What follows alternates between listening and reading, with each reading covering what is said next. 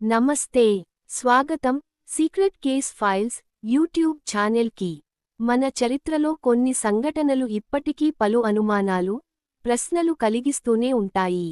వాటిలో అట్లాంటిస్ నగరం ఒకటి. నిజంగా అట్లాంటిస్ ఉందా, లేదంటే కేవలం ఒక కల్పిత కథా?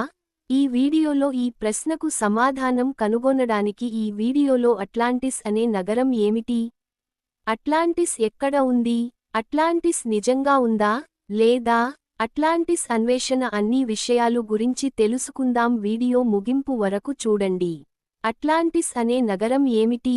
అట్లాంటిస్ గురించి మనకు తెలియజేసిన వ్యక్తి గ్రీకు తత్వవేత్త ప్లేటో. క్రీస్తు పూర్వం 360 సంవత్సరాలలో తన రచనల్లో టిమియస్ మరియు క్రిటియాస్ అనే గ్రంథాలలో ఈ నగరాన్ని వివరించాడు. ప్లేటో చెప్పిన ప్రకారం అట్లాంటిస్ అనేది ఒక శక్తివంతమైన మహానగరం, అద్భుతమైన నిర్మాణ శైలి, అఖండ సంపద, శక్తివంతమైన నావికా బలగాలు కలిగి ఉండేది. అట్లాంటిస్ నివాసులు ఎంతో ప్రాబల్యం కలిగినవారు. వారు అధునాతన సాంకేతిక పరిజ్ఞానాన్ని కలిగి ఉన్నారని చెబుతారు. కాని వారి అహంకారం, అధికారం మత్తులో దేవతల కోపానికి గురై ఈ నగరం క్షణాల్లో సముద్ర గర్భంలో కలిసిపోయిందని చెబుతారు. అట్లాంటిస్ ఎక్కడ ఉంది? అట్లాంటిస్ ఖచ్చితంగా ఎక్కడ ఉందో ఎవరూ చెప్పలేరు. కాని కొన్ని ప్రముఖ సిద్ధాంతాలు ఉన్నాయి. అట్లాంటిక్ మహాసముద్రంలో ప్లేటో చెప్పిన ప్రకారం అట్లాంటిస్ హెరాక్లస్ స్తంభాల పిల్లర్స్ ఆఫ్ హెర్క్యులస్ కి అవతల ఉండేదట. ఇది ఈరోజు జిబ్రాల్టర్ నడుము, జిబ్రాల్టర్ స్ట్రెయిట్ ప్రాంతం. సహారా ఎడారి, ఆఫ్రికా.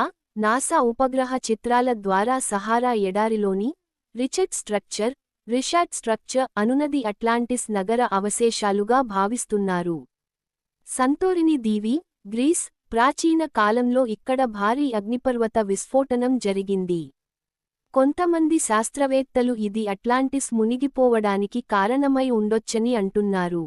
క్యూబా సముద్ర తీర ప్రాంతం. కొన్ని సముద్ర శాస్త్రవేత్తలు క్యూబా తీర ప్రాంతంలో నీటిలో కూరిపోయిన రాతి నిర్మాణాలను కనుగొన్నారు. ఇవి అట్లాంటిస్ అవశేషాలా అనే ప్రశ్న ఇంకా కొనసాగుతోంది. అట్లాంటిస్ నిజంగా ఉందా, లేదా? ఇప్పటికీ అట్లాంటిస్ గురించి ఖచ్చితమైన ఆధారాలు లేవు. కాని కొన్ని ముఖ్యమైన సిద్ధాంతాలు ఉన్నాయి. నిజమైన అట్లాంటిస్ సిద్ధాంతం. కొందరు విశ్వాసం కలిగిన శాస్త్రవేత్తలు, పురావస్తు పరిశోధకులు అట్లాంటిస్ నిజంగా ఒక పురాతన నాగరికతగా ఉండి ఉండొచ్చని భావిస్తున్నారు. ప్లేటో కల్పిత కథ. మరికొందరు ఇది ప్లేటో రాసిన ఒక సామాజిక కథగా, అహంకారానికి, అధికారం దుర్వినియోగానికి ఒక హెచ్చరికగా చెబుతున్నారు. అట్లాంటిస్ నివాసులు ఎంతో ప్రాబల్యం కలిగినవారు. వారు అధునాతన సాంకేతిక పరిజ్ఞానాన్ని కలిగి ఉన్నారని చెబుతారు. కాని వారి అహంకారం, అధికారం